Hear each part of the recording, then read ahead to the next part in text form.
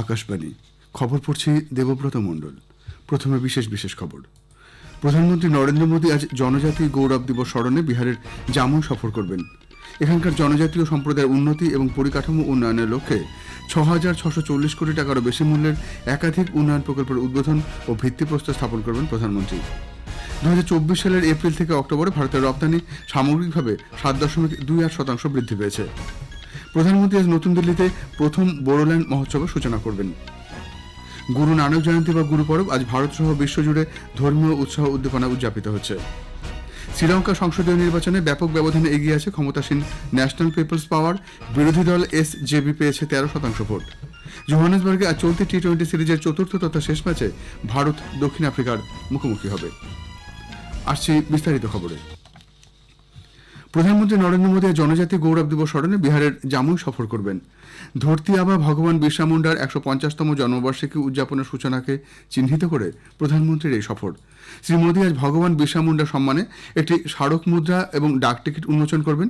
তিনি এই এলাকার গ্রামীণ ও প্রত্যন্ত অঞ্চলে উপজাতীয় সম্প্রদায়ের উন্নয়ন এবং পরিকাঠামো উন্নয়নের লক্ষ্যে ৬,৬৪০ কোটি টাকারও বেশি মূল্যের একাধিক উন্নয়ন প্রকল্পের উদ্বোধন ও ভিত্তিপ্রস্তর স্থাপন করবেন।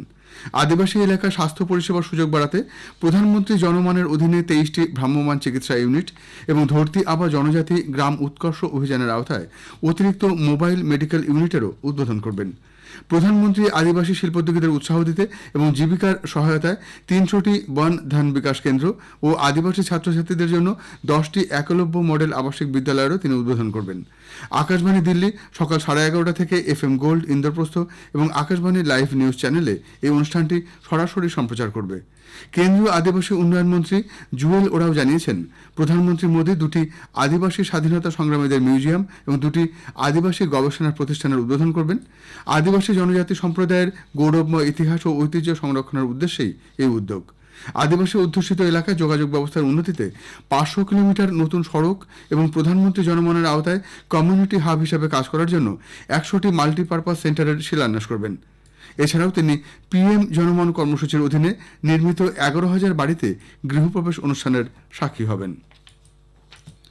রাষ্ট্রপতি দ্রৌপদী মুর্মু বলেছেন, দেশের প্রকৃত বিকাশ তখনই সম্ভব যখন উপজাতীয় মানুষজনেরও উন্নতি হবে। জনজাতীয় গৌরব দিবসের প্রাক্কালে গতকাল সন্ধ্যায় জাতির উদ্দেশ্যে ভাষণে রাষ্ট্রপতি বলেন, আদিবাসী সম্প্রদায়ের দ্রুত সর্বাঙ্গীন উন্নতি সরকারের অগ্রাধিকারের তালিকায় রয়েছে। আদিবাসীদের উন্নয়নে বর্তমান সরকারের উল্লেখযোগ্য কাজের খতিয়ান তুলে ধরে রাষ্ট্রপতি বলেন, বিভিন্ন কর্মসূচি তাদের জন্য গ্রহণ করা হয়েছে। এই নিয়ে বিস্তর প্রচার অভিযানও চালানো হচ্ছে। উন্নয়ন ও কল্যাণমূলক সমস্ত জাতীয় কর্মসূচির সুবিধা যাতে উপজাতীয়দের কাছে তুলে দেওয়া যায়, সেজন্য সরকার বিশেষ ব্যবস্থা গ্রহণ করেছে। গত বছর জনজাতীয় গৌরব দিবসে প্রধানমন্ত্রী নরেন্দ্র মোদী যে PM জনমন অভিযান শুরু করেছিলেন, তার উদ্দেশ্য ছিল উপজাতীয় মানুষজন এবং বিশেষভাবে অনগ্রসর আদিবাসী গোষ্ঠীগুলির জন্য সর্বাত্মক উন্নয়ন।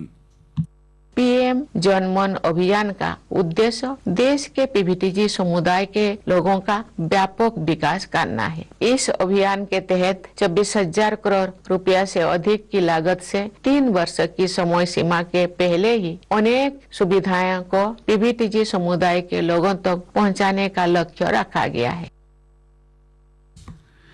রাষ্ট্রপতি আরও উল্লেখ করেন, এবছর জাতির জনক মহাত্মা গান্ধীর জন্মদিনে কেন্দ্র ভগবান বিরসা মুন্ডার বাসস্থল থেকে ধরতি আবা জনজাতি গ্রাম উৎকর্ষ অভিযানের সূচনা করেছে। এর জন্য বরাদ্দ হয়েছে ৮০,০০০ কোটি টাকা।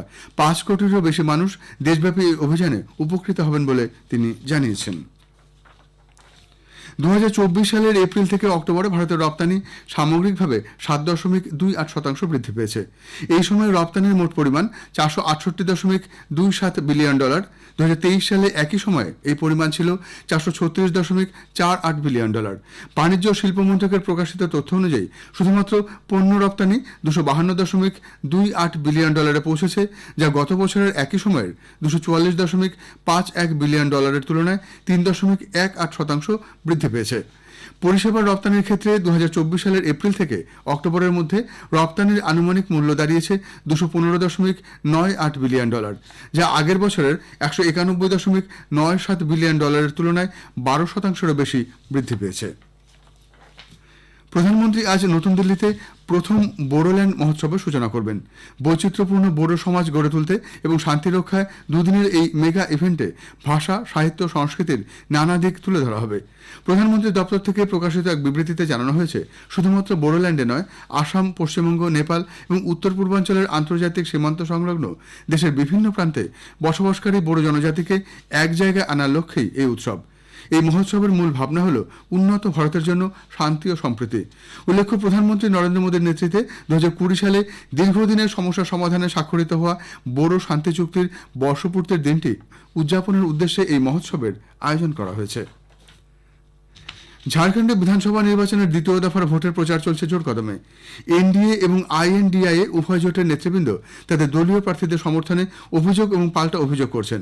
গিরিডি, বোকারো ও গান্ডেতে নির্বাচনী সভায় বক্তব্য রাখার সময় বিজেপি নেতা তথা কেন্দ্রীয় মন্ত্রী অমিত শাহ অভিযোগ করেন, হেমন্ত সোরেন সরকার বাংলাদেশি অনুপ্রবেশকারীদের রক্ষা করছে। অন্যদিকে দুমকায় নির্বাচনী সভায় ঝাড়খণ্ডের পিছিয়ে পড়ার জন্য বিজেপিকে দায়ী করেছেন রাজ্যের মুখ্যমন্ত্রী হেমন্ত সোরেন। খবর শুনছেন আকাশবাণী থেকে। গুরু নানক জয়ন্তী বা গুরু পরব আজ ভারত সহ বিশ্বজুড়ে ধর্মীয় উৎসাহ উদ্দীপনায় পালিত হচ্ছে। এটি প্রথম শিখ গুরু গুরু নানক দেবজির জন্মদিনকে চিহ্নিত করে, যিনি শিখ ধর্মের ভিত্তি স্থাপন করেছিলেন। এবছর গুরু নানক দেবজির 555তম জন্মবার্ষিকী পালিত হচ্ছে। ভারত জুড়ে গুরুদুয়ারগুলি সুন্দরভাবে সাজানো হয়েছে। পাঞ্জাবের অমৃতসরে শ্রী হরিমন্দির সাহিব এবং অন্যান্য গুরুদুয়ারে শত শত ভক্ত প্রার্থনা করছেন। তারা পবিত্র গুরু গ্রন্থ সাহিবজি থেকে সাবাত পাঠ করে শোভাযাত্রা অংশ নিচ্ছেন।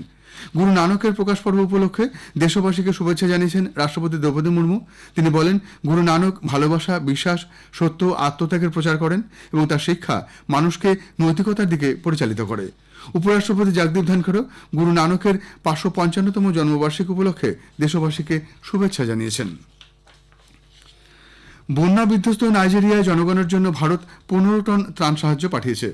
বিদেশ মন্ত্রক জানিয়েছে, আগামী দিনে আরও 60 টন ত্রাণ সামগ্রী পাঠানো হবে। এর মধ্যে রয়েছে খাদ্য, স্লিপিং ম্যাট, কম্বল, জল পরিশোধনের সামগ্রী এবং অন্যান্য জিনিসপত্র।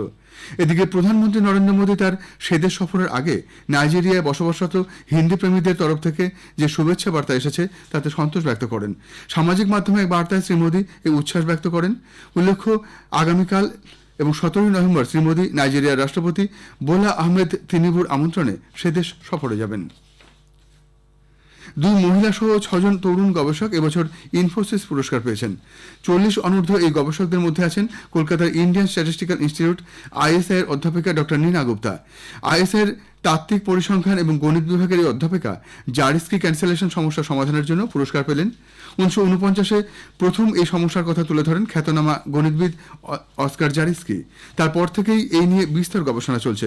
2014 অধ্যাপক গুপ্তার গবেষণায় জানা যায়, আসানুমার ত্রিমাত্রিক সমান্তরাল ধরনটি জারিস্কির মূল প্রশ্নের উদাহরণ দিতে পারে, যা বীজগাণিতিক জ্যামিতিতে এক উল্লেখযোগ্য কাজ বলে স্বীকৃত। শ্রীলঙ্কা সংসদীয় নির্বাচনে ব্যাপক ব্যবধানে এগিয়ে আসে ক্ষমতাসীন ন্যাশনাল পিপলস পাওয়ার। বামপন্থী জোট 60% বেশি ভোট পেয়েছে, বিরোধী দল এসজেবি 13% এবং এনডিএফ 5% ভোট পেয়েছে। বিশ্লেষকরা বলছেন, সেপ্টেম্বরের রাষ্ট্রপতি নির্বাচনের তুলনায় ক্ষমতাসীন দল তাদের ভোটের হার বাড়িয়েছে, যেখানে তারা 42% ভোট পেয়েছিল। 225 সদস্যের সংসদীয় সংখ্যাগরিষ্ঠতা অর্জনের লক্ষ্যে রয়েছে দলটি। নোবেল পুরস্কারে জয়ী মোহাম্মদ ইউনূসের নেতৃত্বে বাংলাদেশের অন্তর্বর্তীকালীন সরকার দেশের সংবিধান থেকে ধর্মনিরপেক্ষ শব্দটি তুলে দেওয়ার পক্ষে সওয়াল করেছে। দেশের জনগণ 90% মুসলিম হওয়াকেই এর কারণ হিসেবে জানানো হয়েছে। জোহানেসবার্গে আজ চলতি টি-20 সিরিজের চতুর্থ তথা শেষ ম্যাচে ভারত দক্ষিণ আফ্রিকার মুখোমুখি হবে। খেলা শুরু হবে ভারতীয় সময় রাত 8:30টায়। 4 ম্যাচের সিরিজে ভারত 2-1 এগিয়ে আছে। উদ্বোধনী ম্যাচে দক্ষিণ আফ্রিকাকে 61 রানে হারিয়েছে ভারত। দ্বিতীয় টি-20তে ভারত 3 উইকেটে পরাজিত হয়েছে। তৃতীয় ম্যাচে ভারত দক্ষিণ আফ্রিকাকে 11 রানে পরাজিত করেছে। শেষ করার আগে বিশেষ খবর আরেকবার। প্রধানমন্ত্রী নরেন্দ্র মোদী আজ জনজাতি গৌরব দিবস স্মরণে বিহারের জামুই সফর করবেন। এখানকার জনজাতীয় সম্প্রদায়ের উন্নতি এবং পরিকাঠামো উন্নয়নের লক্ষ্যে 6,640 কোটি টাকারও বেশি মূল্যের একাধিক উন্নয়ন প্রকল্পের উদ্বোধন ও ভিত্তিপ্রস্তর স্থাপন করবেন প্রধানমন্ত্রী। 2024 সালের এপ্রিল থেকে অক্টোবরে ভারতের রপ্তানি সামগ্রিকভাবে 7.28% বৃদ্ধি পেয়েছে। শ্রীলঙ্কার সংসদীয় নির্বাচনে ব্যাপক ব্যবধানে এগিয়ে আছে ক্ষমতাসীন ন্যাশনাল পিপলস পাওয়ার। বিরোধী দল এসজেবি পেয়েছে 13% ভোট। খবর এখনকার মতো এ পর্যন্ত।